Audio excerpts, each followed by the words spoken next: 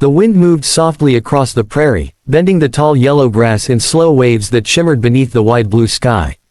The homestead stood alone against the horizon, a weathered log cabin with a rusted tin roof that groaned whenever the wind shifted. It wasn't much to look at, but it had survived harsh winters, dry summers, and more loneliness than most men could bear.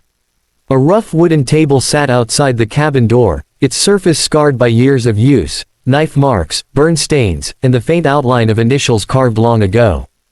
Daniel Carter sat at that table, his broad shoulders hunched forward as he stirred a spoon through a dented metal bowl.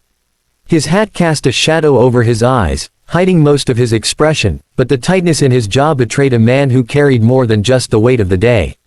His brown leather jacket creaked softly as he shifted, and dust clung to the fabric like it belonged there. Across from him, barely tall enough for her chin to rest on the edge of the table, sat a little girl with pale blonde hair that refused to stay tied back. Strands fell across her face as the wind teased them loose. Her blue eyes were wide and watchful, studying the man in front of her as though he were both a protector and a mystery she was still trying to solve.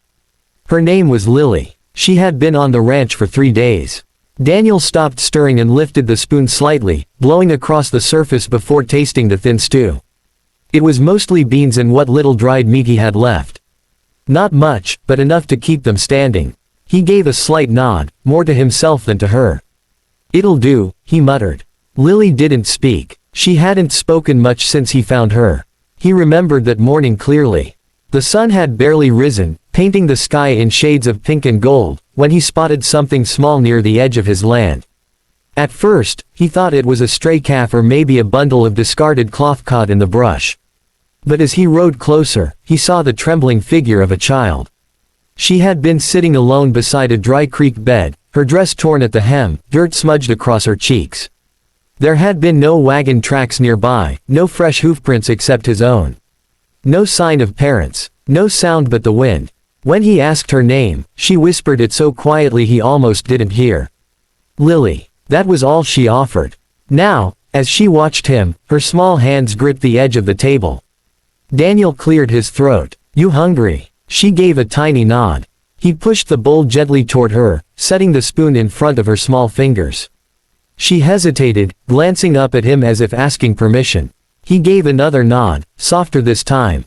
She lifted the spoon carefully, both hands wrapped around it, and took a slow bite. Her face remained serious, but there was a flicker of relief in her eyes. She was hungry. Hungrier than she wanted him to know. Daniel leaned back in his chair, the wood creaking beneath his weight. His gaze drifted toward the open plains. The land was quiet today. Too quiet. 3 days, and still no one had come looking. He wasn't a man who asked for trouble, but trouble had a way of finding him anyway.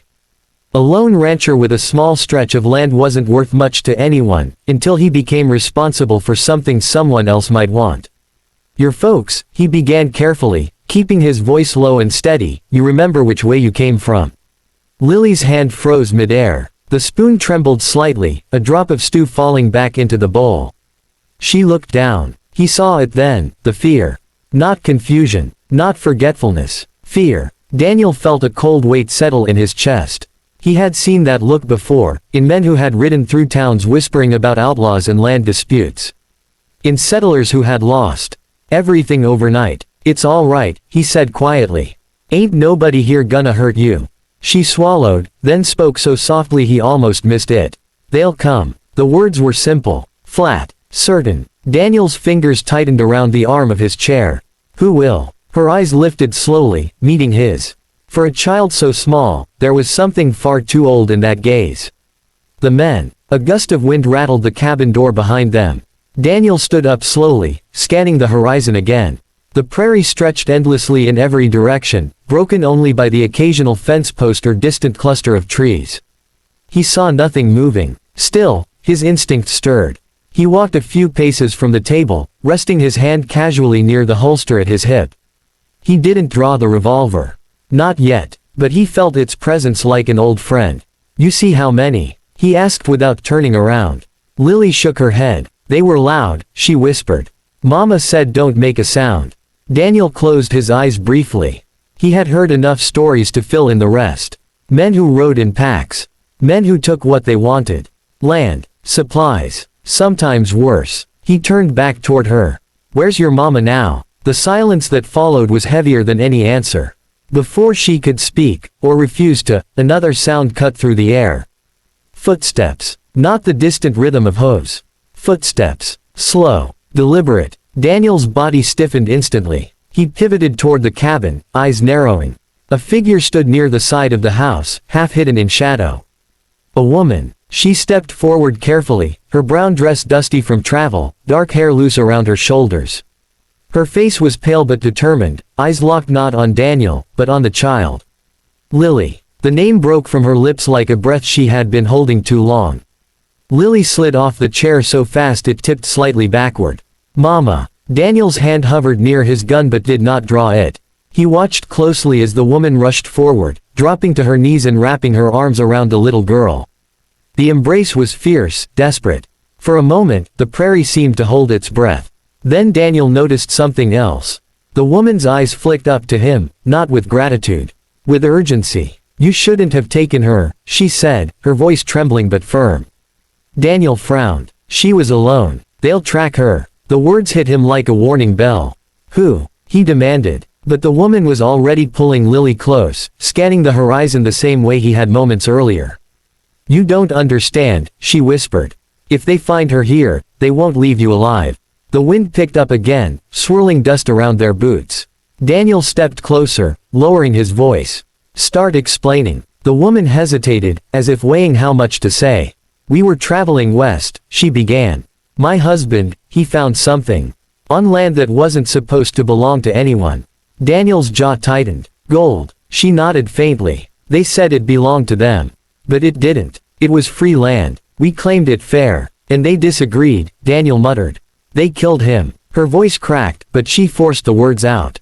They said the claim was theirs. Said if we didn't leave, they'd make sure no one ever found us.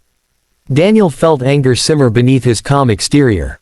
He had no love for greedy men who used guns to settle arguments. I tried to run, she continued. I hid Lily near the creek when I saw them coming. I led them away. And they let you go? Daniel asked sharply. Her silence answered him. They're still looking, she said finally. They won't stop. A distant sound drifted across the plains. Hoofbeats. Faint, but unmistakable. Daniel turned slowly toward the sound, his expression hardening. 3 riders appeared as small, dark shapes against the horizon. The woman's fingers dug into Lily's shoulders. They found us. Daniel's mind moved quickly. 3 men. Open land. No cover except the cabin and a small toolshed. Not good odds. He looked down at Lily. Inside, he said firmly.